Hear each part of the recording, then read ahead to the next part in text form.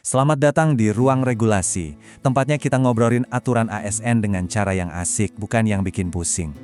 Oke, hari ini kita langsung aja ya, bahas isu yang krusial banget.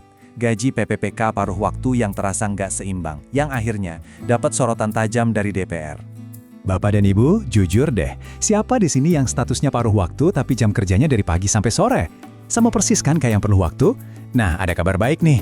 Keluhan kita semua ini akhirnya nyampe juga ke DPR. Mereka tuh sadar kalau gaji kita seringkali nggak seimbang sama kerjaan, dan katanya ini mau jadi prioritas. Yuk kita kawal bareng-bareng janji ini. Oke, sekarang kita bedah ya, masalah utamanya tuh di mana? Jadi gini, di banyak daerah realitanya tuh PPPK paruh waktu megang beban kerja yang gede banget. Tapi kompensasinya ya ampun jauh dari sepadan. DPR bahkan nemuin ini sebagai bentuk eksploitasi, dan inilah inti masalah yang sekarang lagi coba diorak.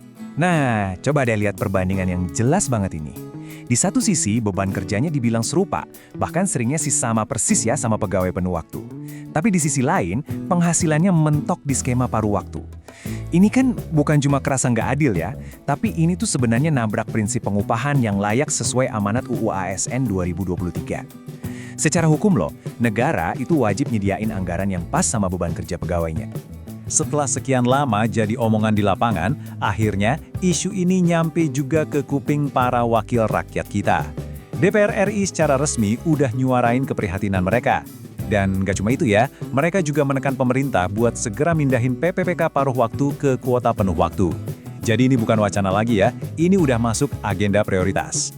Dan ini nih, pernyataan kuncinya, dengerin baik-baik ya kutipan dari Bapak Muhammad Habibur Rahman. Tegas banget loh ini, kalimat itulah nanti yang akan diprioritaskan, itu bener-bener ngasih harapan gede banget. Artinya, penyelesaian status buat kita yang udah ngabdi, entah itu penuh atau paruh waktu, jadi agenda utama yang harus cepat selesai. Terus, apa sih pentingnya janji ini? Ini tuh bukan cuma soal naik gaji loh. Kayak yang digambarin di sini, ini tuh solusi yang ngebuka banyak jalan ke depan. Poin paling pentingnya yaitu ngasih kepastian status dan jenjang karir yang jelas. Terus, ya jelas, memperbaiki kesejahteraan kita semua. Menuntaskan masalah honorer yang udah kusut dari dulu. Dan yang paling penting, mencegah kita balik lagi ke sistem kerja yang nggak jelas kayak dulu. Sekarang, mungkin ada yang nanya, kenapa sih awalnya ada skema paruh waktu ini? Nah, ini penting buat kita pahami konteksnya. Kebijakan ini tuh nggak muncul gitu aja, tapi ini tuh semacam solusi transisi gara-gara ada tantangan anggaran yang gede banget. Angka ini ngejelasin semuanya. Coba bayangin, di banyak daerah lebih dari 70% anggaran itu habis cuma buat belanja pegawai. Gede banget kan? Nah, angka ini bikin ruang gerak fiskal Pemda jadi sempit banget buat hal-hal lain kayak pembangunan atau layanan publik. Jadi skema paruh waktu ini lahir ya karena keterbatasan fiskal tadi. Ini tuh semacam pendekatan bertahap biar pelayanan publik tetap jalan. Tapi kuncinya ada di poin ketiga nih. Ini tuh dirancang sebagai skema transisi sementara, bukan tujuan akhir. Nah, karena sifatnya sementara, ya sekarang ini waktunya buat kita bergerak maju dari sini kan. Oke, kita udah tahu masalahnya, udah paham konteksnya, dan udah denger juga janjinya.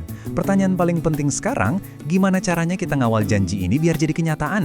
Yuk kita lihat peta jalannya sama apa yang bisa kita siapin dari sekarang. Ini dia alurnya. Isu ini udah resmi diangkat. Selanjutnya, bola panas ini bakal dibahas lebih dalam di Komisi 2 DPR.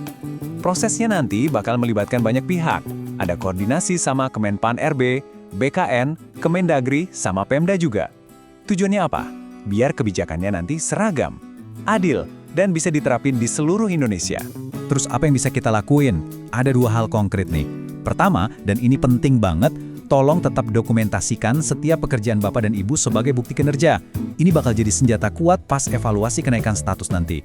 Kedua, jangan berhenti suarain pendapat secara konstruktif. Suara kita semua itu penting loh buat mastiin kebijakan ini benar-benar tepat sasaran.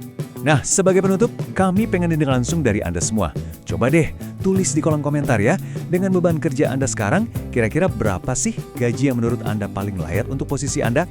Pendapat Anda semua berharga banget loh dalam diskusi publik ini. Terima kasih banyak ya sudah menyimak penjelasan ini sampai selesai. Jangan lupa subscribe ke channel Ruang Regulasi biar nggak ketinggalan pembahasan aturan-aturan penting lainnya dengan cara yang jelas dan gampang dimengerti. Sampai jumpa!